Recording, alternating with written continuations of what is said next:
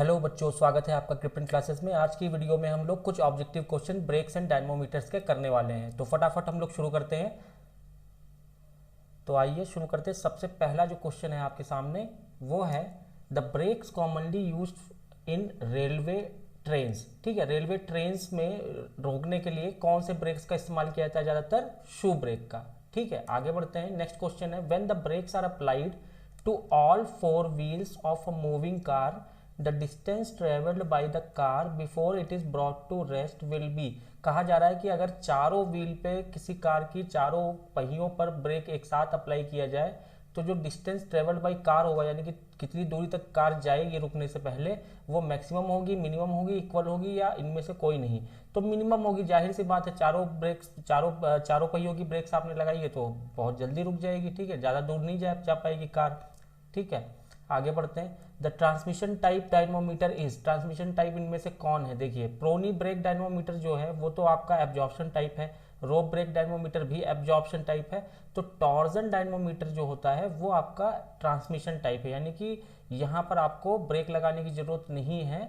ठीक है, आपको क्या करते हैं, आप यूज़ कर सकते हैं, पावर को यूज़ कर सकते हैं, यूटिलाइज कर सकते हैं किसी वर्क के लिए। ठीक है, आगे बढ़ते हैं। The material used for break lining should have, यानी कि जो मटेरियल यूज़ करेंगे आप ब्रेक लाइनिंग बनाने के लिए ब्रेक्स की, तो उसमें क्या क्वालिटी होनी चाहिए? It should have lower wear rate, बिल्कुल सही बात है। It should have high heat resistance, बिल्कुल सही सही बात है। It should have high dissipation capacity, ये भी बिल्कुल सही बात है। यानी कि तीनों की तीनों क्वालिटी होनी चाहिए, यानी कि all of the above mention, ये सारी क्वालिटी जो है होनी चाहिए ब्रेक लाइनिंग में। आगे बढ़ते हैं। The brake commonly used in motor car, यानी मोटर कार जो नॉर्मल कार होती हैं उसके अंदर कौन सी ब्रेक का इस्तेमाल किया जाता था? इनमें से इंटरनल एक्सपेंडिंग ब्रेक। ठीक है, इंटरनल एक्सपेंडिंग ब्रेक। आगे बढ़ते हैं। Which of the following is absorption type dynamometer? अभी हमने बात की ना, ट्रांसमिशन टाइप टॉर्जन डायनमोमीटर था, तो एब्जॉर्प्शन टाइप कौन सा है इनमें से? प्रोनी ब्रेक। ठीक है, ये एपिसाइक्लिक डायनमोमीटर है, ये भी आपका ट्रांसमिशन टाइप है। टॉर्जन डायनमो ट्रांसमिशन टाइप है। ठीक है, आगे बढ़ते हैं नेक्स्ट स्लाइड में। तो सबसे पहला क्वेश्चन है the capacity of brake depends upon, जो कैपेसिटी है ब्रेक की वो किसके ऊपर डिपेंड करती है? Unit pressure between braking surfaces, यानी कि जो ब्रेकिंग सरफेसेज उनके बीच के प्रेशर के ऊपर, बिल्कुल सही बात है, हाँ उसके ऊपर भी डिपेंड करती है। Coefficient of friction between braking surfaces, जो ब्रेकिंग सरफेसेज हैं उनकी कोफिशिएंट ऑफ फ्रिक्शन म्यू के ऊपर डिपेंड करती है, हाँ बिल्कुल उसके ऊपर भी डिपेंड करेगी। और जो ब्रेक ड्रम है उसकी वेलोसिटी के ऊपर, जो ब्रेक ड्रम है उसकी वेलोसिटी के ऊपर, ये भी बिल्कुल सही बात है, यानी कि ऑल ऑफ द मेंशन्ड। ठीक है, तो अगला क्वेश्चन है for double block shoe brake the braking action. ये जो डबल ब्लॉक शू ब्रेक है उसमें जो ब्रेकिंग एक्शन होगा वो क्या होगा? Same as single block shoe brake होगा, half of the single block shoe brake होगा, या double the single block shoe brake होगा? तो जाहिर सी बात है, दो डबल ब्लॉक शू ब्रेक है तो डबल एक्शन हो जाएगा सिंगल ब्लॉक के मुकाबले। ठीक है, आगे बढ़ते हैं। Which of the brakes have wooden blocks placed inside the flexible steel band? ये सबको पता है, flexible steel band plus wooden blocks को बीच बीच में रखा जाएगा तो उसको हम लोग बैंड एंड ब्लॉक ब्रेक कहते हैं। ठीक है, which of the energy is absorb by brakes of an elevator during braking process? ठीक है, तो पोटेंशियल एनर्जी भी एब्जॉर्ब होती है, काइनेटिक एनर्जी भी एब्जॉर्ब होती है, यानी कि बोथ ए एंड बी। ठीक है, आगे बढ़ते हैं। Drawback of single block brake is, ठीक है, जो ड्रॉबैक है, क्या ड्रॉबैक है सिंगल ब्लॉक ब्रेक का? उसमें बेंडिंग ऑफ शाफ्ट होगी, यानी कि बेंड करेगा ना, जब आप किसी ड्रम को आप किसी ब्लॉक से प्रेस करोगे तो क्या होगा? शाफ्ट जो होगा वो बेंड करेगा। ठीक है, तो बेंडिंग आपका जो ड्रॉबैक है सिंगल ब्लॉक ब्रेक का। आगे बढ़ते हैं। Double block brake is type of, ठीक है, डबल ब्लॉक ब्रेक कैसा है? वो शू टाइप है। ठीक है, वो शू ब्रेक है, इंटरनल एक्सपेंडिंग तो है नहीं, बैंड भी नहीं है, वो शू ब्रेक है। ठीक है, आगे बढ़ते हैं नेक्स्ट स्लाइड पे अपनी।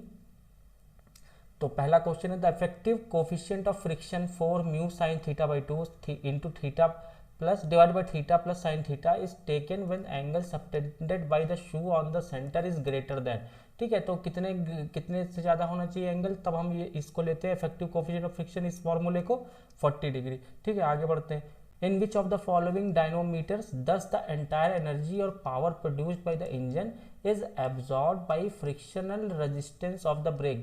सही से बात है, एब्जॉर्प्शन टाइप आपका होना चाहिए डायनमोमीटर। इनमें से एब्जॉर्प्शन टाइप कौन सा है? प्रोनी ब्रेक डायनमोमीटर, तो प्रोनी ब्रेक आंसर होगा, क्योंकि टॉर्जनल नहीं है, टॉर्जनल तो ट्रांसमिशन टाइप, एपिसाइक्लिक भी ट्रांसमिशन टाइप है। ठीक है, आगे बढ़ते हैं। In which of the following dynamometers does the energy produced by engine is used for doing work। ये कैसे होते हैं, ये ट्रांसमिशन टाइप होते हैं, ठीक है, ट्रांसमिशन टाइप। देखो प्रोनी ब्रेक तो ट्रांसमिशन टाइप नहीं है, रोप ब्रेक भी नहीं है, एब्जॉर्प्शन डायनमोमीटर भी नहीं है, तो ट्रांसमिशन टाइप इसमें कौन सा, एपिसाइक्लिक ट्रेन डायनमोमीटर, जिसके अंदर हम वर्क के लिए एनर्जी या पावर को हम वर्क करने के लिए भी यूटिलाइज कर सकते हैं, ठीक है। आगे बढ़ते हैं। For rope brake dynamometer the flywheel is cooled with soapy water because energy is absorb by the dynamometer. तो ठीक है, हीट होगी तो उस हीट को कम करने के लिए हमें क्या करना होगा, वाटर को भी जो है फ्लो कराना पड़ेगा, सोपी वाटर रहेगा, फ्रिक्शन कम होगा, हीट कम डेवलप होगी। आगे बढ़ते हैं। Which of the following is not a characteristic of torsional dynamometer. ठीक है, टॉर्जनल डायनमोमीटर कौन सा डायनमोमीटर होता है, ट्रांसमिशन टाइप। तो ट्रांसमिशन टाइप होता है तो उसके अंदर एनर्जी वर्क में कन्वर्ट कर सकते हैं, ठीक है, लेकिन क्या नहीं कर सकते हैं, वो है एनर्जी को हीट में कन्वर्ट नहीं करते हम लोग, यानी फ्रिक्शनल रेजिस्टेंस का काम नहीं है टॉर्जन डायनमोमीटर में, ठीक है। उसके अंदर क्या करते हैं हम लोग, यूटिलाइजेशन ऑफ एनर्जी पावर करते हैं, और क्या नहीं करते हैं, वो पहला ऑप्शन है, इसलिए पहला ऑप्शन इज करेक्ट। आगे बढ़ते हैं नेक्स्ट स्लाइड की तरफ अपने। नेक्स्ट क्वेश्चन है आपके सामने, on which of the following factor the power of torsion dynamometer does not depend. ठीक है, किसके ऊपर डिपेंड नहीं करता, speed, torque, angle of twist या फ्रिक्शन। देखो आपको पता है टॉर्जन डायनमोमीटर आपका ट्रांसमिशन टाइप है, तो उसमें फ्रिक्शन से कोई लेना देना नहीं है, ठीक है, तो फ्रिक्शन ही आपका जो है फैक्टर होगा, जिसके ऊपर डिपेंड नहीं करता, power of dynamometer does not depend upon friction, ठीक है, टॉर्जन डायनमोमीटर। आगे बढ़ते हैं। Which of the following brake does not has self locking. Self locking किस में नहीं होती, डिस्क ब्रेक्स में नहीं होती, ठीक है। In a differential band brake as shown in figure the length OA, यानी कि ये जो लेंथ OA है is greater than length OB, ठीक है। in order to apply the brake the force P at C point पे किस डायरेक्शन में होना चाहिए, ठीक है, ऊपर होना चाहिए, जीरो होना चाहिए या नीचे की तरफ होना चाहिए, ठीक है। जब OA आपका OB से बड़ा है, ठीक है, OA की लेंथ आपकी OB से बड़ी है, तो जाहिर सी बात है आपको फोर्स नीचे की तरफ लगाना होगा, तो उससे क्या होगा, ब्रेकिंग एक्शन अप्लाई होगा, ठीक है, तो डाउनवर्ड डायरेक्शन में फोर्स लगना चाहिए, ठीक है, P फोर्स एट C।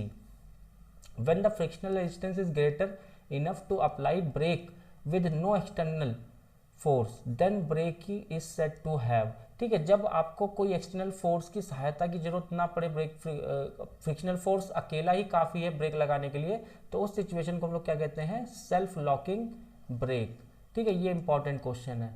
आगे बढ़ते हैं। When the frictional force helps to apply the brake, such type of brakes are said to be। जब फ्रिक्शनल फोर्स आपकी हेल्प करता है ब्रेक्स लगाने के लिए, तो उन टाइप्स ऑफ ब्रेक्स को हम लोग क्या कहते हैं, सेल्फ एनर्जाइजिंग ब्रेक, ठीक है, ये भी इंपॉर्टेंट क्वेश्चन है।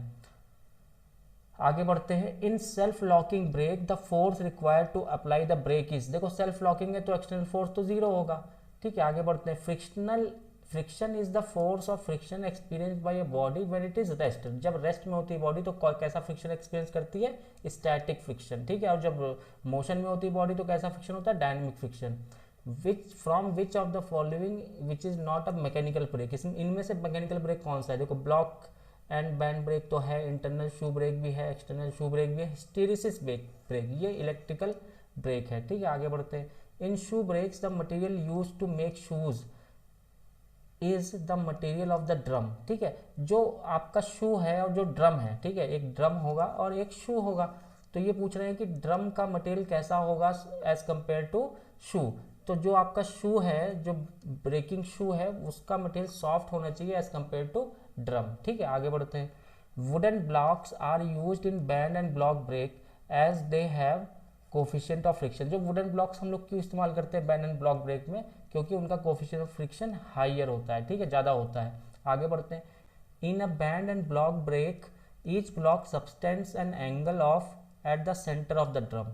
कितना एंगल सबटेंड करते हैं सेंटर ऑफ द ड्रम पे, 2 थीटा, ठीक है। Thank you for watching krypton classes.